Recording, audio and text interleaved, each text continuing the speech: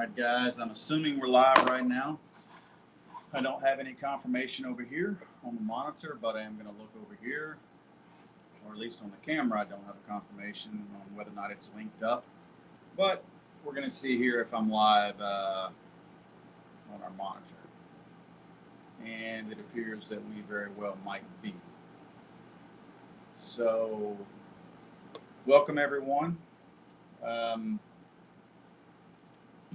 I'm going to test real quick.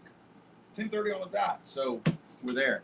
All right, we've got some pretty cool new stuff we're going to do this week. I'm testing out some new stuff. Some of the new things that I was hoping to include this week did not happen. We have some software that we're testing out, and it's crashed on us several times. And odd thing is, we were testing, and during all the testing, everything worked fine. About an hour before time to go live, naturally, as luck would have it, everything started crashing. And when I say crashing, I'd work on all the graphics and get everything ready, because basically I have something set up to where graphics will appear at the bottom of the screen down here. And none of that worked. If I punch all that stuff in, it would just go away. So, hey, Paula, how are you doing? I also have a better monitor. I can see you guys now. I can read your comments. Yeah, it's a good thing. I want to, as always, welcome my friends here. I've got George Washington, General Robert E. Lee, and Abraham Lincoln. As you see, Robert E. Lee and Abraham Lincoln can get along together, so that's kind of cool. And everything is brought to you by Battle Juice. Battle Juice is the reason why we can put these live streams on, so I appreciate that.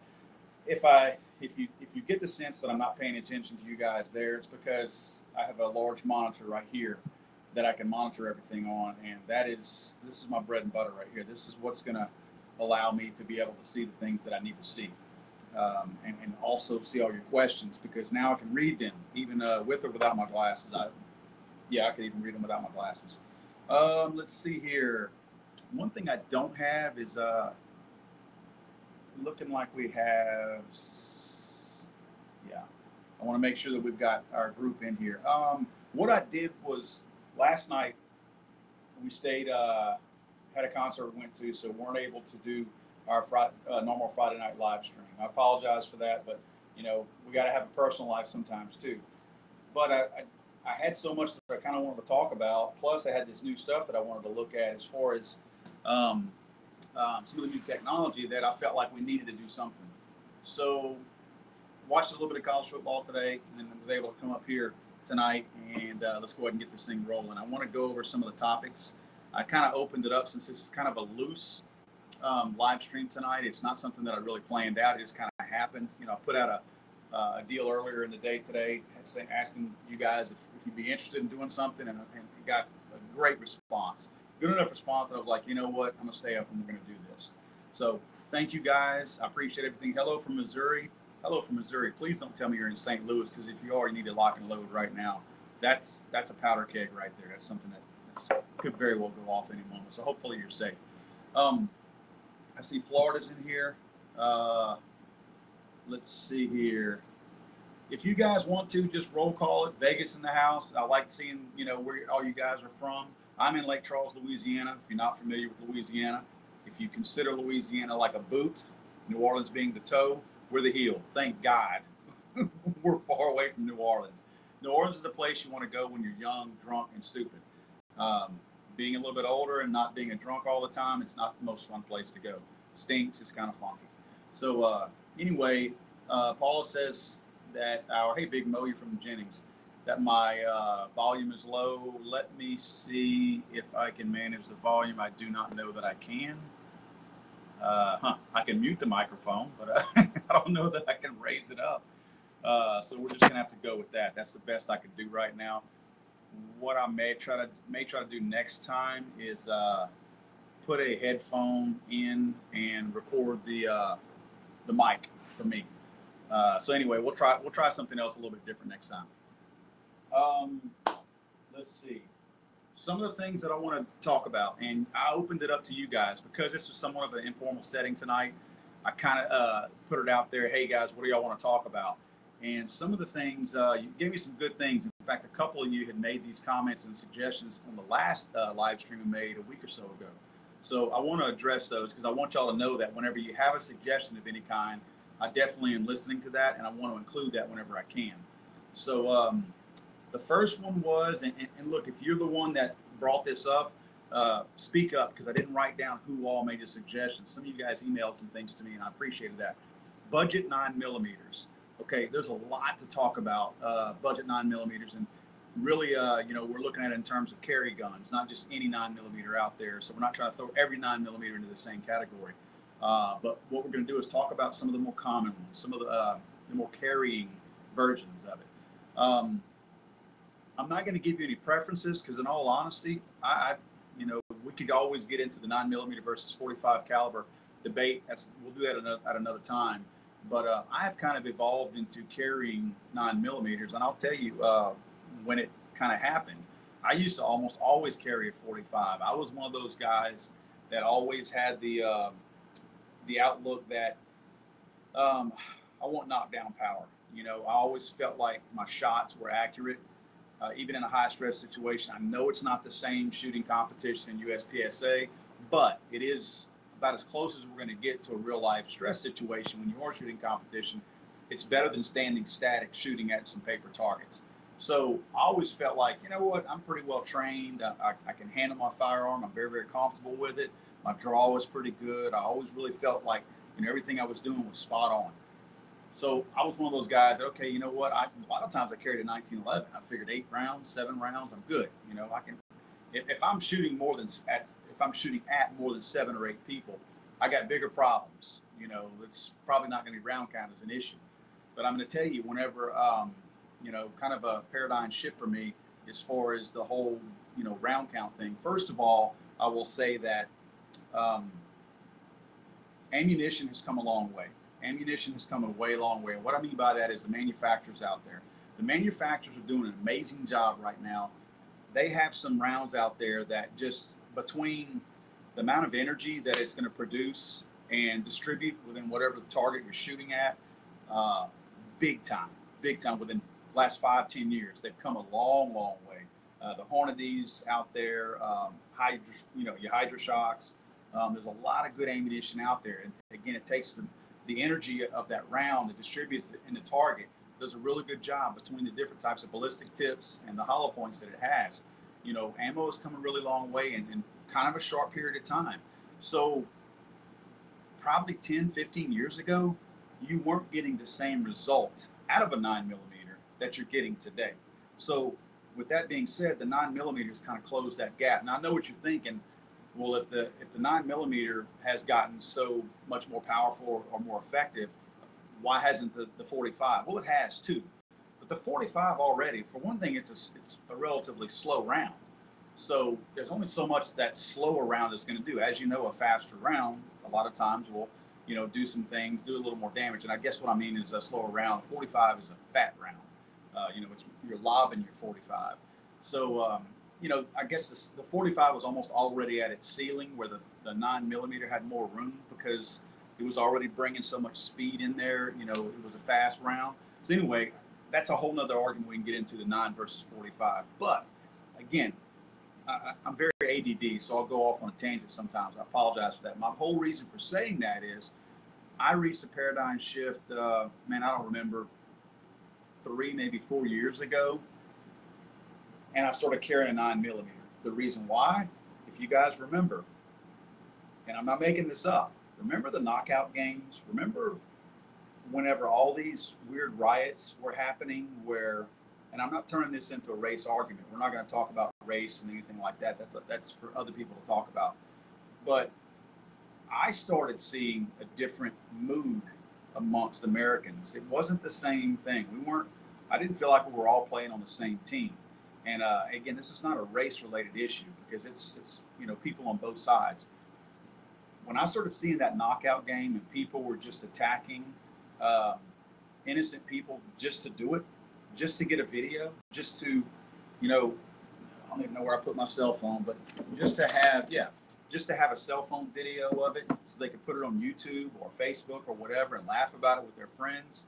You know, that shows you the callous nature of the human spirit and how bad it's gotten to where people are not at the least bit concerned with their, you know, fellow human, their fellow brother, their neighbor, or whatever. It's all about likes on Facebook and YouTube and all that kind of stuff. So it showed me that if people care that little for one another and it's not that big of a deal, you know, who's to say that you and I aren't the next person that gets popped? Well, I start thinking about the 7 or 8 rounds that I'm carrying in 1911, and it's cute that I got a 45 and I'm a tough guy and I can sit here and say that I got knockdown power. But you see these guys out there playing these knockout games and all that, and they're in packs, you know. It's not one guy, it's not two guys, it's a group of kids, you know. And I say kids, it's teenagers and the people in their 20s. But it doesn't matter, you know, those people, they pack a punch when there's a whole bunch of them. And I started thinking to myself, you know what, now I think I'm more concerned with round count. I could care less about that 45. You know, in many cases, a true criminal, yeah, they fear a gun. In most cases, if you ever had to pull a gun, it's very unlikely you're going to have to use it. Most of these guys are cowards anyway, and these knockout game kind of people out there, those are big time cowards, big time cowards. So I'm not the least bit worried about them to a certain degree, but you're going to get the ones that are the meth heads and the ones that are jacked up on something or whatever, or really wanting to make a name, or the ones that really have it out for if they're really racist or whatever, have it out for a guy like me. You know, that's when I started worrying about round count. So I started looking at more of these 9 millimeters, and really, really assessing these 9 millimeters, and I've gotten to the point now where I pretty much carry 9 millimeters exclusively. I'm looking at anything with a round count. The smallest round count of a pistol that I will carry now, I believe, is my HK P30 SK. I want to say it's a 10 round count. I know that's only 2 more than a 1911, but that's a subcompact. That's a very small one that I'll be carrying. So that's the smallest round count. I'm usually looking for something with a round count between 13 to 17 rounds, and you're usually only going to get that in a 9 millimeter. Now I do have a FNX 45. It's 15 or 17 rounds, but that's a heavy booger right there. Plus it's big. It's a big pistol. So I don't carry that one very often. It's usually a wintertime carry that I'm carrying that FNX 45. But nevertheless, we're going to go into some of these. I don't have these in any particular order. I just started writing them down. This is not anything saying that that I prefer these guns or anything, but we are going to start out. Glock. We just happen to have one of the new Glocks in here, Gen 5. Remember, guys, in the Temple of Boom up here, we do not have any loaded firearms except for what's on our side. Everything is checked at the door. Any weapon you see in here, there's no ammo. There's some, I don't know if you can see them. Let's see, there's some red bins right back over here. Those red bins right there, if you come in here and you have a loaded gun and it's not on your holster, it's not holstered nor on your side, you have to take your ammo out and put it in there. It's not an anti-gun thing. It's just the fact that there are so many pistols and firearms and shotguns and rifles, whatever in here, that I want somebody to feel comfortable if they need to dry fire something or whatever, and I never want to have an accident here. So that's why we do it. So you may see me check a gun every now and then. You may see me not check one. But if I don't check one, don't panic. Don't send me an email. I had guys send me some ugly stuff last week that you really should have racked that shotgun. Look, I'm telling you they're not loaded. So, but I do check most of the time. Okay, the Glock Gen 5. Remember, this is going to be your most expensive Glock right now. You've got roughly $539 to $569, depending on who you're talking to, and $579 with the AmeriGlow sights on them. You see, it's got the AmeriGlow night sight on it. I'm not sure if you can see that, but there it is. So this one's a little bit more expensive, but about $569, $559. I believe you can get the other one without it. This is the actual Glock 17. Of course, the 19 is the compact version of it. So good gun. I mean, look, I'm not a Glock fanboy, but one of the most reliable guns in the world. That's going to be more on your higher end of your pistols. I mean, price. VP9 by HK. This one too, great pistol, very, very reliable. Obviously hasn't been around as long as the Glock, Glock's been around a very, very long time. The VP9's probably been out about 4 years, maybe 5 years. Some of you guys probably recognize that a little bit quicker than I will. Good pistol, very good pistol. It's got some features on it that the Glock doesn't have. You've got a loaded feature on the back where you can see if your pistol is loaded and charged. Let's see if I can show you that real quick. You see the red dot on the back right there? That's going to tell you if you're charged up and ready to go. I know it's kind of hard to see that, and I apologize. But anyway, great trigger. This pistol has a really good trigger. Amazing trigger on this thing. Good feel. Just like the Glock, it's got some straps on it that you can change out. Kind of cool. You can change the side straps too, not just the back strap. So that's kind of a neat feature right there that Glock doesn't offer. And again, I say Glock. It just happens to be Glock is the most popular. So many times you're going to compare things to it. But this thing has a nice taper on the front end of it. Kind of funny, but if you notice, they did taper their frame and their slide, which Glock seems like they forgot to taper the frame on their Gen 5.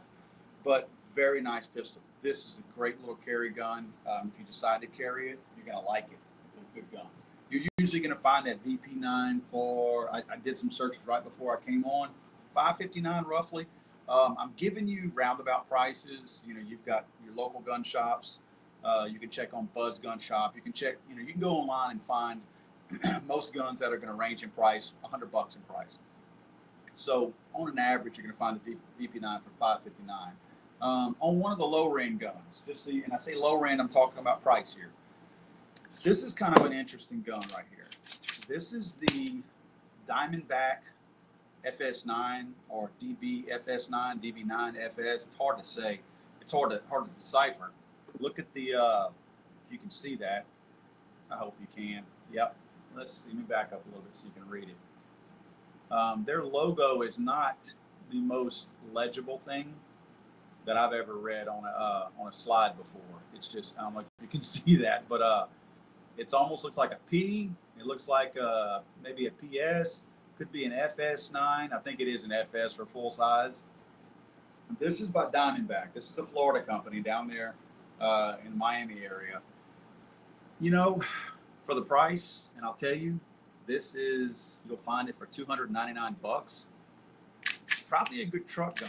You know, I know you don't want to trust your life on a cheap gun, but I'm going to tell you, for the price, this is not a piece of junk. You know, something you can check into. It's got front serration, something everybody keeps complaining to Glock about. Glock keeps ignoring it. You know, it's got a rail, full Picatinny rail on it. The trigger is, you know, it's a striker fired pistol. So what do you expect? It also has the little thing on the back of it that's it's not a red dot, but it's a little thing that protrudes up the back side of the slide that's going to show you if it's charged and loaded with one in the chamber. So, you know, that's kind of cool. It's got a decent grip. The checkering is you know, but again, it's a $299 gun. So you're going to have a round count of 15. So, you know, overall, it's not a beauty contest right here, but this is not a terrible looking gun. It's got white dot sights on it. So I can tell you from a budget standpoint, obviously I haven't run this one until it breaks. So I can't tell you what, you know, if it's a 10,000 round gun or anything like that, or what may or may not break on the inside. If they have, I don't know enough about the inside. It tears down just like a Glock. But excuse me, I don't know enough about the inside to know if it's got cheap parts, if it's got mem parts or anything like that. So, you know, that might be something anybody that's looking for a budget 9mm, a truck gun, or just something they don't want to break the bank on it. You know, give this one a shot. I mean, it's definitely, it's made like the others, so probably worth taking a look at it. Again, $299 for that. That's not bad. This is another one that's impressive to me. It's a Turkish gun.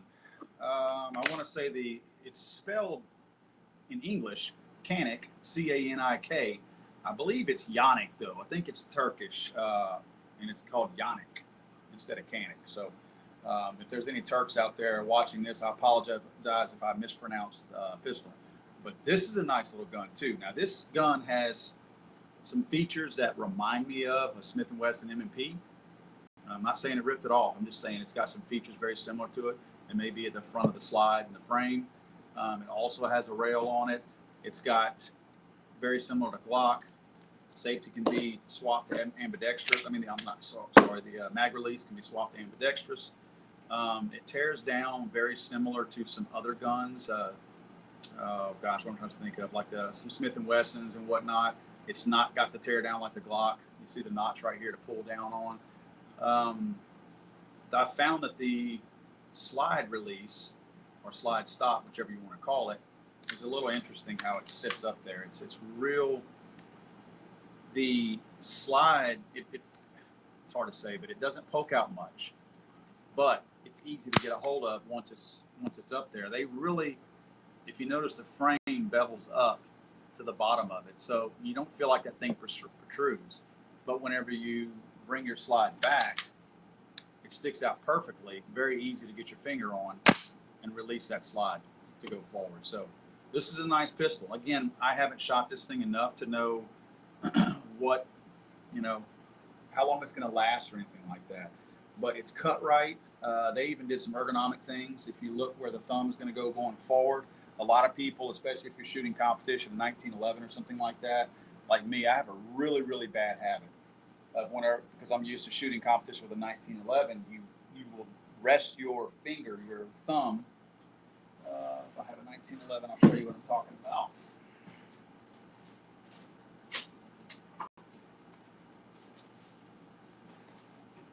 Yes.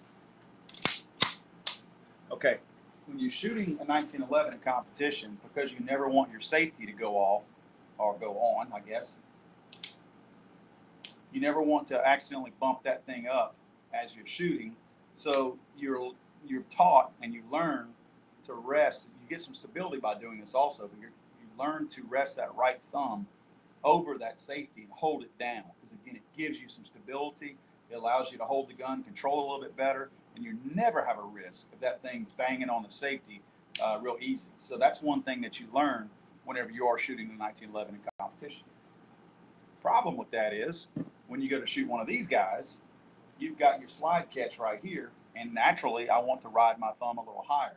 Still got my left support hand right here, and I want to ride that thumb. So as you see, a lot of times whenever I shoot a polymer gun like this, I'm not going to get any of my hold open. My slide is not going to stay held open whenever I'm shooting because I'm usually holding that open. So sometimes I have to consciously remember to put that thumb in the right place. So I think I might have, let's see here, I may have lost you guys. Yep, looks like I lost you guys. Are you guys back? I think I lost, for a minute there, I may have lost my feed. If you guys can tell me if we're back, if we're in good shape. Oh, we're here? Okay. Anyway, like I was saying, I have a bad habit of my slide will not lock open whenever I'm shooting. So that's not a good thing for me, if I'm wanting that, especially if I was shooting competition, because many times in competition, you want that slide. That's your indicator to tell you that everything, opened up and you're ready for a mag change. So anyway, I like the way Canik or Yannick did this because their ergonomics right in this area, it almost forces you to put your thumb right down in here. So if you're starting to hold the gun, you can feel where your thumb needs to slide down in here. So that's a really cool feature on here. This one actually has a decocker on it. Kind of neat. The decocker is right here. If you look right here, push it down, and it just decocks the gun. And it's ambidextrous on both sides. That's kind of a neat feature. I like that. So that is the Canik or Yannick. You will find that one for around $419. I actually saw it on maybe it was Buds or something like that. One of those guys had it for $300. So it's not bad. $300. You're getting a pretty decent little gun right there for $300 if you can find one for $300. So again, I can't promise you that, but the next one I've got in line is a CZP-TNC. I've got to tell you, I'm excited about this one. This is one I'm really, really excited about. Brand new gun. This thing is cool.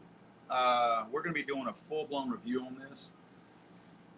This gun right here, in some cases, is being touted as the Glock killer because it's supposed to have all these features that maybe Glock should have had. I'm going to tell you, man, this thing is nice. As you see, they already had the follower, the color follower that Glock just came out with in Gen 5. So, you know, they've been working on some of their features on here for quite some time. You want to talk about ambidextrous slide stop that the Gen 5 has? Ooh, that's innovative. This thing's already got it. You know, it's already had it. Plus, one of the things that really gets me is, you know, Glock's making this their mag catch. It's swappable to ambidextrous. Why they don't just make it ambidextrous like this? You know, this is a truly ambidextrous mag catch from either side. Not that hard to do. You know, if you can't figure it out, steal the technology from somebody. But it's here. This thing has a rail on it. It has front serrations on it. It's going to go for $499, roughly in that area. I'm excited about this one. This is a nice pistol. You guys, when you see our review on it, I think you're going to see, I like everything about it. I don't want to go into too detail on it now because it's one of those kind of things where I don't want to bury the lead, so to speak, because I have some good things to talk about with this pistol. Again, you're going to find that one for around $499. A couple that I don't have right now, or don't have, Smith & Wesson M&P 2.0. That's a very new one. You're going to find that around $579. If you've ever shot any of the Smith & Wesson M&Ps, good pistols. They look a lot like the Canic or the Yannick. The Springfield Armory XD. That's another good series. It's a pretty reliable gun. They're made in Brazil, and $519 is what you're typically going to find that for. So this, out of all the ones we talked about, I know I've left some out, and I apologize. I'm not trying to offend anybody. These are the ones that I just came up with off the top of my head as I was preparing for us to get on here tonight. So again, I've got your Glock 19, $539, HK-VP9, $559, DB-FS9 for $299. That's that Diamondback. The Canic TP9, $419, but you can find it for around $300 if you really hunt. CZP-10C for $499, great gun. Smith & Wesson M&P 2.0 for $579, and this Springfield Armory XD series for $519. I'm catching up. Lawrence is asking, what would you suggest for 9mm for a child? Depends on what you're asking for. I'm assuming you mean competition, because obviously a child is not going to be carrying. I mean, if it's truly for competition, kind of hard to say not going with a Glock or SIG. I mean, SIG, I know SIG is catching a lot of heat for the P320. That's a good gun. That's a good gun. I mean, it's not a bad gun at all. Not something that I wouldn't give to my kid to shoot. You know, I just wouldn't want him to drop it. But it's a good pistol. So, yeah, I mean, that's one thing I would consider. I got my PPQ M2 for $360 with the rebate recently. That's a great deal. PPQ for $360 is a very good deal. Well, $340 actually. I see you corrected yourself. That's good. That's good. It's a great deal. There's a lot of good 9mm out there. You know, unfortunately, a lot of people are going to use budget 9mm as a bad word, and you got to understand. Okay, Glock is selling 9mm for $579 because they can, not because they have to. They're selling them because they can get it for that. They're selling them because they're one of the most popular gun manufacturers in the world. Glock could screw up royally and still sell Glocks. Glock's never going to stop selling Glocks. The fact that it says Glock on here is why they get $579. Now, that being said, the history of Glock is why it's so reliable, and the brand itself is so strong out there in the industry. But that doesn't mean that you've got a guy out here like the Canic. That doesn't mean that this gun potentially can't be just as equally as effective, as strong, as robust, run as good, run as accurately, run as dependably, for the same amount of time, for just as long as a Glock. So these guys don't have the name that these guys have. So when you see, I got to tell you honestly, I see in a lot of cases, I do judge things a lot of times by what they cost. If something is too cheap, then I don't want anything to do with it, because there's a reason why it's so cheap. They can't get more money for it, which makes you wonder. You know, in the case of a mechanic, if you're selling for 419 bucks, that tells me that it's a. I can discern that you're trying to gain some market share. You're trying to get a foothold for a brand new pistol out there. Now, if you start selling this gun for 250 bucks, I'm going to think it's total junk, and I'm not going to trust it. So you got to be careful on your price points and not go too low, but you go too high, and you're just not going to pull in the same amount of buyers that you're getting that Glock has. Because Glock, you know, let's face it, a lot of us on here, we're gun guys. We know guns.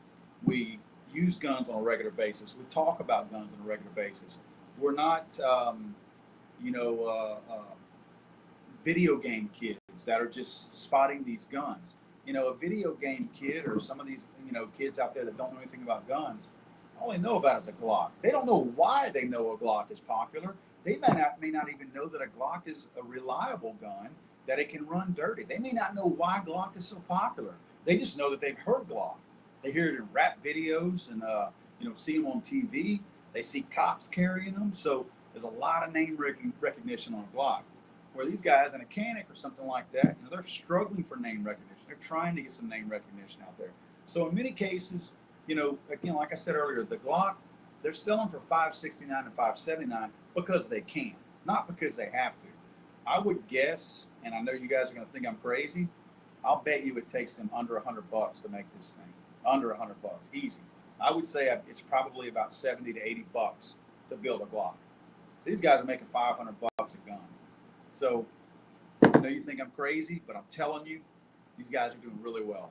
Glock, they're not getting $579 per gun because they're getting their bill in for building that gun and going, man, we're barely cutting it close. You know, we're not making any money off these guns. I don't buy it. I would think under $100 to build a Glock, and all these other guns for that matter. In fact, Glock probably gets everything for way cheaper.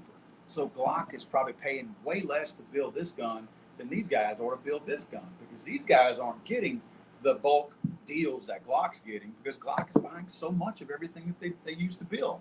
So anyway, I'm going to try to read some of you guys' questions whenever I can. Sometimes you'll catch me, I'll ramble a little bit, and I apologize for that. I'm going to take me a drag off my water real quick if you guys don't mind. Let's see. Let's get rid of the 9s.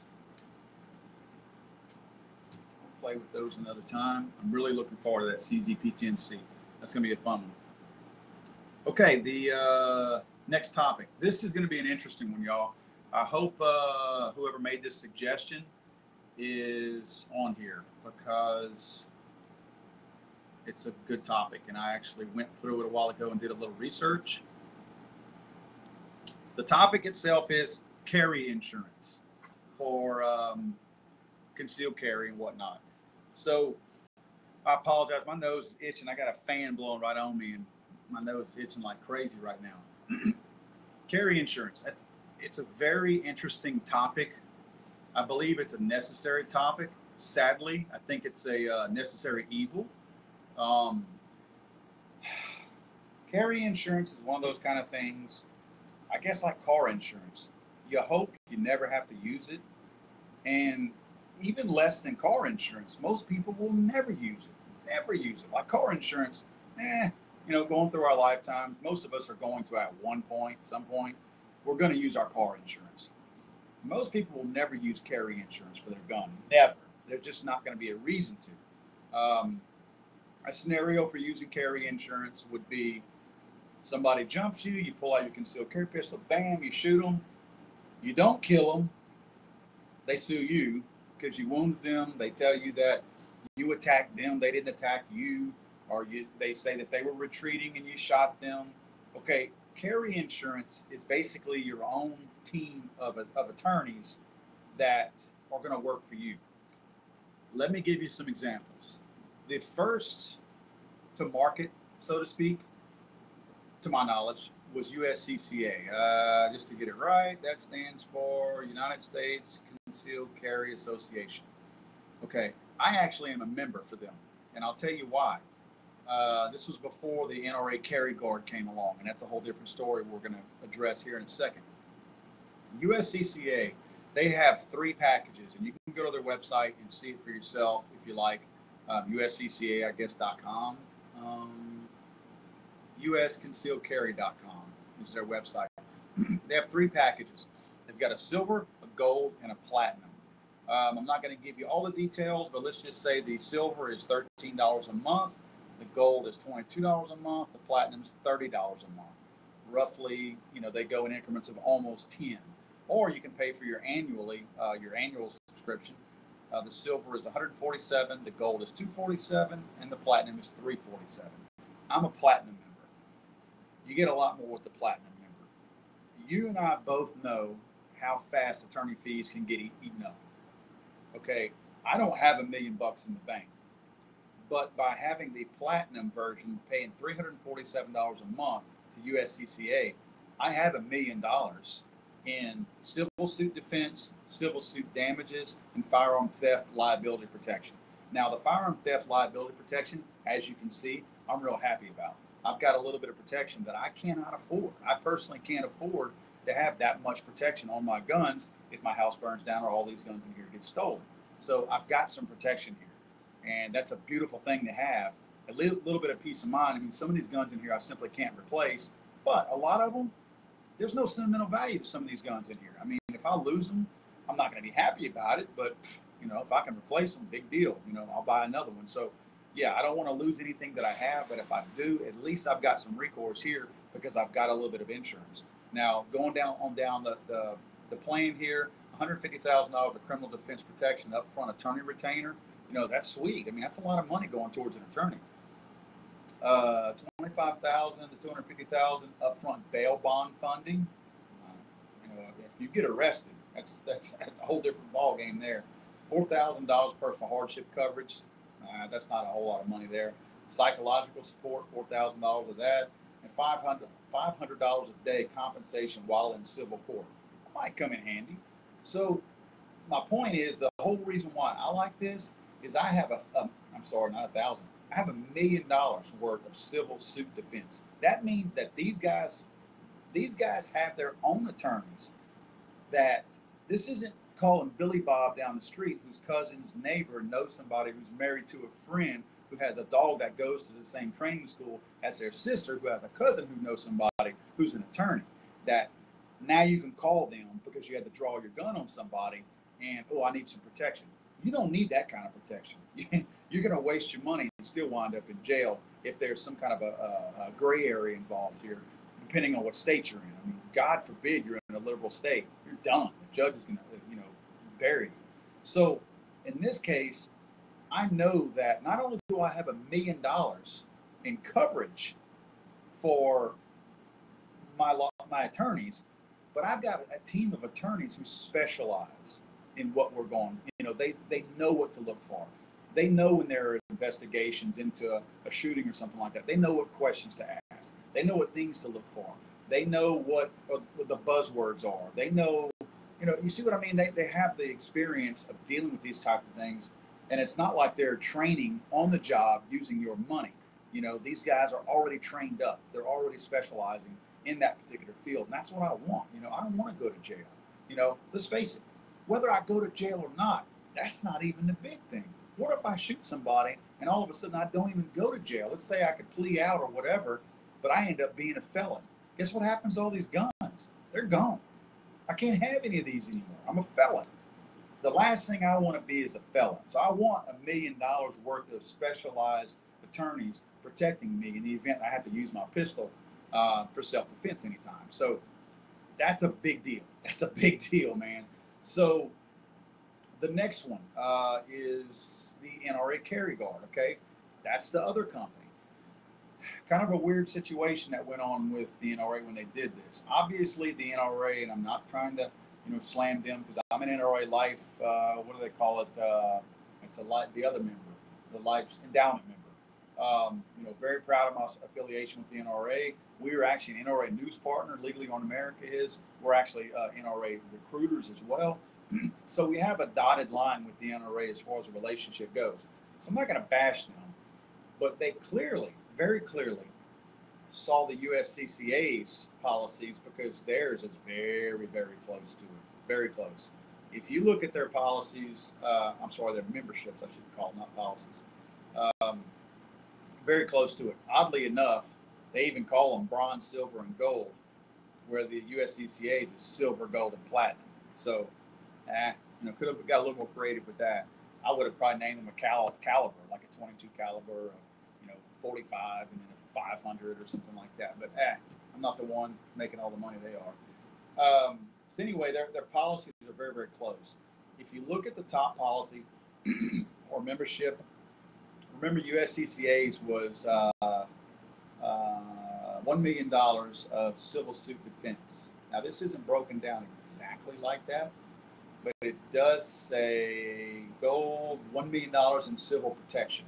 So we are talking about the same amount of attorney protection, and my guess is they're probably going to be using same kind of specialized attorneys, quite possibly the same attorneys. I mean, I don't know. I mean, I guess maybe there's a non-compete or something like that being signed there, but $150,000 in criminal defense. So the top two things, the $1 million in civil defense, $150,000 in criminal defense, those are things right there that are identical. And the price is $30 a month for the USCCA and $31.95 for the NRA.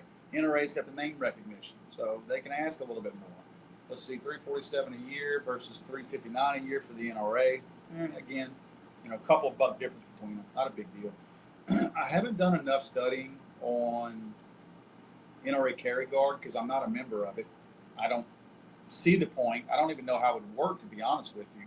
But I don't see the point of being a member of both of them. Not saying I couldn't use $2 million worth of protection, but I don't know. I mean, it's possible you can't use both of them. What are you going to have? Two teams of lawyers defending you? So I don't know. I mean, I don't see the point in being a member of both. But if I click on the view details here of this top policy, I'm just trying to see if you have the insurance on your firearms. Individual insurance plans. Each NRA Carry Guard member receives individual insurance protection up to the dollar amount indicated by their membership level. Unlike plans with shared limits, NRA Carry Guard members receive their own individual limits, so you will always receive full and complete coverage regardless of how many claims are made by other members. I don't know what that means. Sorry, I just don't. I mean, I'm guessing that what they're talking about there is, I don't see that it's protection for your guns. I don't see that anywhere on here. It's possible that it's a part of it. I'm sure there's a lot of fine print somewhere that I'm probably not reading, but I do like the fact that I have firearm theft liability protection through the USCCA. Again, you may have that also on the NRA Carry Guard, but it's not easy to find. It's not easily attainable on their website. I don't see it anywhere. So, I mean, my thoughts on it, get it. If it's me, you see, I've already got it. I mean, I would certainly get it. I see on here, Blazing 1212 makes a very good point. Read all the fine print. Whether you're referring to me or not, I agree. Read the fine print. See what you're really covered. I don't think you ever want to test the limits of what your coverage is. What I mean by that is, don't read the fine print and say, all right, well, I can do this because I'm okay up to this point. Read your coverage to know that if you get in a bind, or read the fine print to know that if you get in a bind, what you should and shouldn't do. That's another thing that I don't have my wallet on me, but I have my USCCA card in my wallet. Pretty interesting. If you flip the back side of your card over, and I'm sure the NRAs are just like this, it actually tells you on the back side, it's kind of a cheat sheet, so to speak, that if you get arrested or if you shoot somebody and law enforcement's talking to you, it tells you what you're supposed to say. It's not like it's telling you to avoid the cops, the police officers, or to play games with them, but it basically tells you, don't say anything more than you have to. Contact them, contact USCCA. They will get an attorney down to you ASAP, and they will handle everything. They'll talk to you, and in turn, they will talk to law enforcement and give a statement. You have the right to remain silent, so remain silent if you want to. So very interesting how they do that. They just don't want you to say anything, in the heat of the moment. People say oddball things that can be taken out of context in the court of law by a creative attorney. So you don't want to give anybody You know, it's not that you would say something, a lie or anything like that, but you could say something using the wrong group of words that could be misconstrued in a court and get you in a bind. Well, why did you say this or something like that? So, and if they ask questions, I would say, don't answer a whole lot. You're trying to protect yourself and keep yourself from going to jail. Remember, you've got a lot to lose. You know, you've got family, you've got a job that you can lose, you've got guns that you could lose.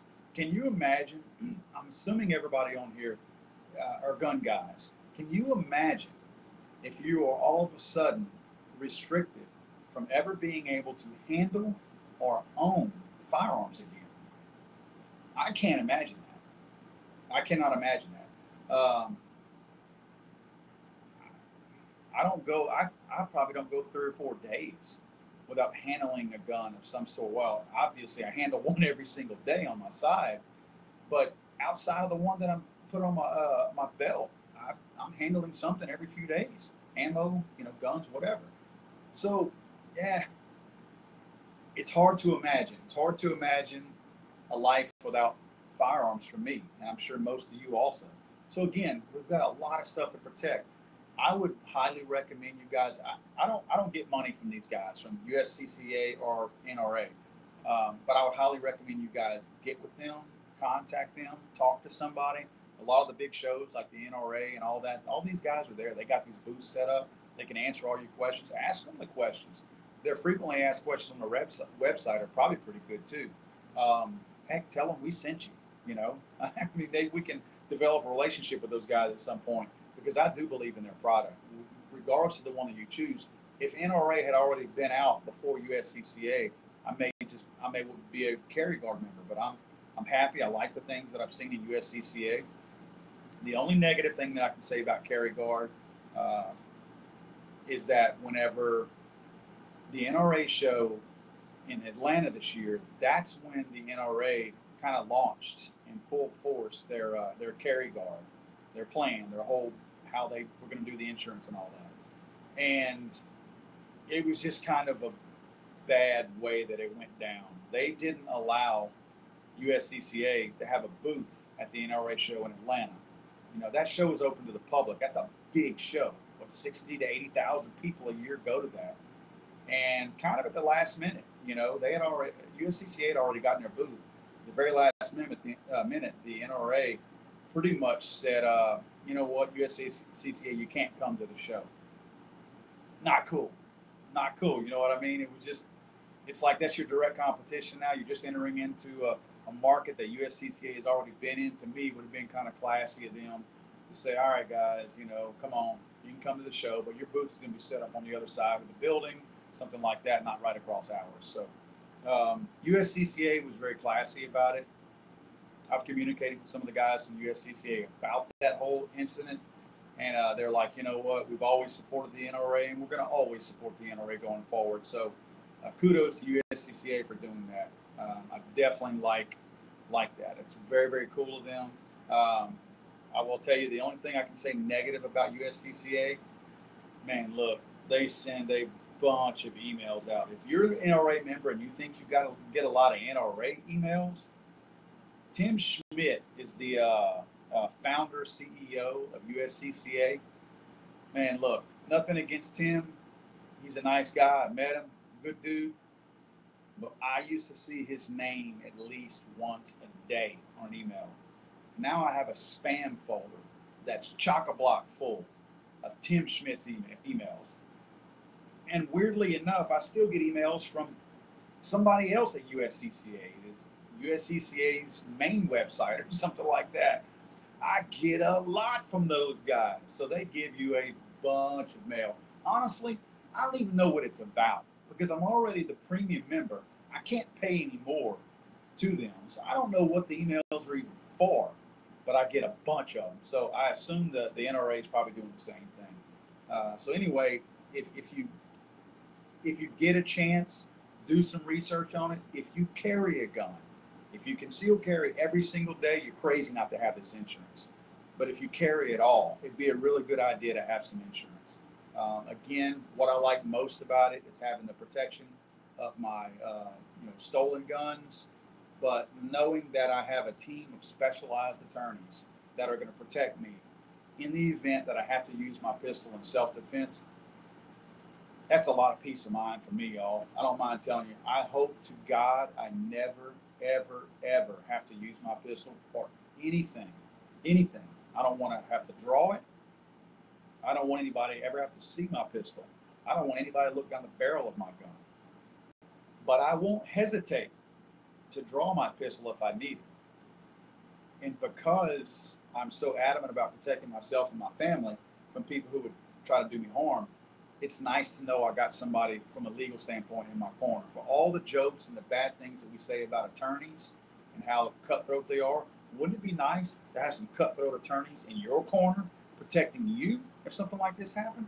Because you're going to be facing DAs and prosecutors who are lifetime attorneys. They've been doing this. They know what to look for. They know what to ask. They know how to corner you and ask you tricky questions and all that. You do not want my cousin Vinny representing you in a court of law when that comes down. You want somebody who's specializing again in that field. So I'm gonna see. We got 10 minutes left. I know I went a little bit long on that, but I really do believe in that. Let's see. Check out CCW Safe as well. You know what? I'm gonna check that out because I like looking at all these guys. I didn't realize there was another one out there. I will check them out. They just offended. This is from Blazin 1212. He says, or she says, I'm not sure if it's a male or female. They just offended a first-degree murder case in Raleigh, North Carolina. Gave the guy $500,000 for his defense. That's pretty solid.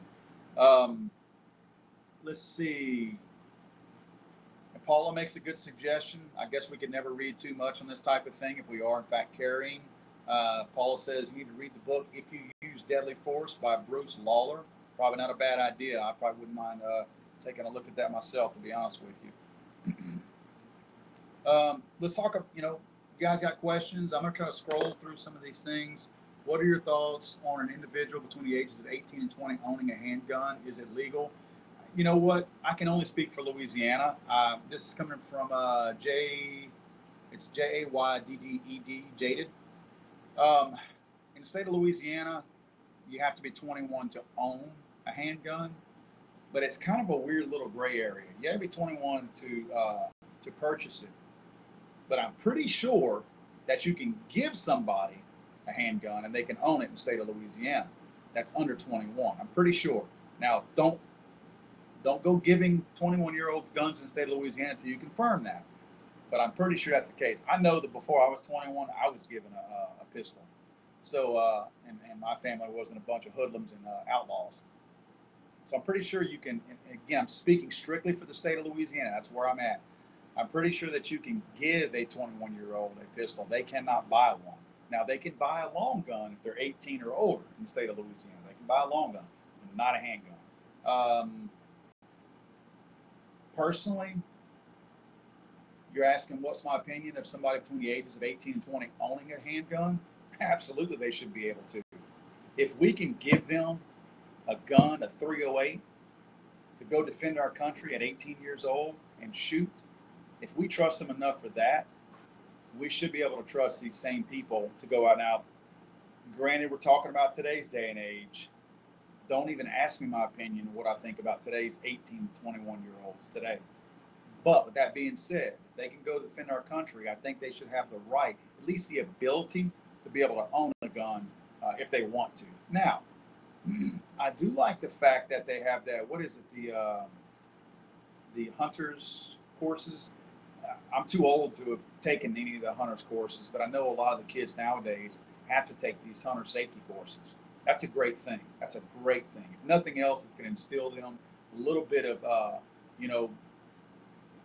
kind of respect, if you will, for guns in general. So it's a great thing that they're doing that. It's a shame that schools are so scared of guns these days because, what better place than in a school to teach people. I know people who have never owned a gun, never fired a gun before. And that blows my mind because I remember having everything from a BB gun to a 12 gauge before I was 10 years old. So I don't understand how that happens, but it does. So I think a school would be a great place, even if they're not shooting in school, to have a course on, you don't have to have a gun in your hand in a classroom in order to learn about gun safety, right? I mean, if anything, you could have mock guns, the blue guns, the fake training guns. Um, but a school would be a good place to do that. To me, we're doing our kids a disservice by not having some kind of a schooling system that, I don't care if it's one subject during one particular month in school, that, hey, this week we're going to go over firearm safety. Do the three rules of the three golden rules of the NRA. Tell them that if they see a gun, unattended, no adults by it. Don't touch it. Don't try to move it. Don't try to bring it somewhere. Contact an adult. Get away from it. Get all your friends away from it. Why can't we do that? Why are we so scared of guns that we can't mention a gun in a school anymore? I mean, can you imagine how many kids out there would be safer if we just told them the basic do's and don'ts of a gun? If a kid knew that a gun could go bang if they just pick it up and grab the trigger, if you can stress to them about that the trigger is the most critical part, stay away from it. Obviously I don't want them picking it up anyway, but if they just know to fear the trigger, most of these kids don't know how a gun works. They don't even realize what the function of the trigger is. If we could just train them little things like that made them respect these guns. But we're too afraid of guns. We don't want to talk about them in school. We don't want to talk about them in public at all, because it's such a taboo and a dirty thing to talk about anymore. That's pathetic. That we're missing the boat big time on keeping our children safe because we're too afraid to talk about something that we should be talking about to them every single day. All these kids should learn stuff like that, but we're not doing it. Let's see. You open up some more of y'all stuff. They used to teach shooting in school, and some places in the West still do. I'm shocked about that. Yeah, good point, Red Mac. We teach them all about drugs and sex, why not about gun safety? That's true. I mean, you're going to teach fifth graders. I saw, and I hate to get too vulgar here, but I saw where fifth graders were getting taught about anal sex. Come on, man. We can't talk about saving people's lives, about gun safety. We can talk about garbage like that. I don't want my kid's mind polluted on stuff like that. Why can't he be taught how to, save his own life or his brother's life? We had a person here just north of us in the Moss Bluff area. Moss Bluff is just north of Lake Charles. That 6, 7, 8-year-old kid, I think, takes a gun to school that the dad had given to his 17-year-old son. The 17-year-old son was sharing a bedroom with this child. And the little clear shoe, like, this is my understanding of how it went down. The little clear shoe racks that you hang on the back of a door that you can hang a bunch of shoes in. The 17-year-old boy, which is stupid, but his dad should have known better than this. It's hard to blame a 17-year-old when a dad is stupid enough to give him a pistol. Gave him a pistol. This kid is not hiding it, but storing this pistol in one of those little shoe holder things behind a door in the same room that he's sharing with this child that's 8, 9, 10 years old. And this might have been a 6-year-old. This child takes the gun to school one day, puts it in his backpack, opens the backpack up, drops the gun. Another kid picks it up. It's loaded, one in the chamber. Bang. Shoots one of the other kids. So there's 3 kids involved. The kid brought the gun. The other kid picked it up when he dropped it. And a third kid that gets shot. I think the kid's doing fine now.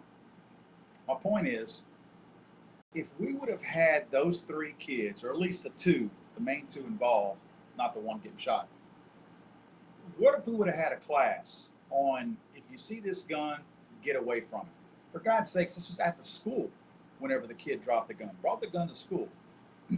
Instead of scaring them that gun is a dirty word and we can't talk about it, maybe you could have used that opportunity to educate this kid. This kid probably didn't know anything about a gun.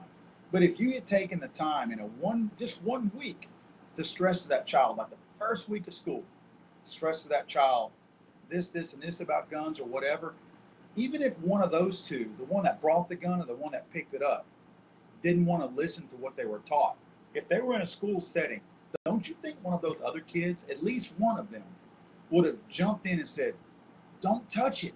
Remember what we were told? We were told this, and this. Don't touch the gun. Somebody would have.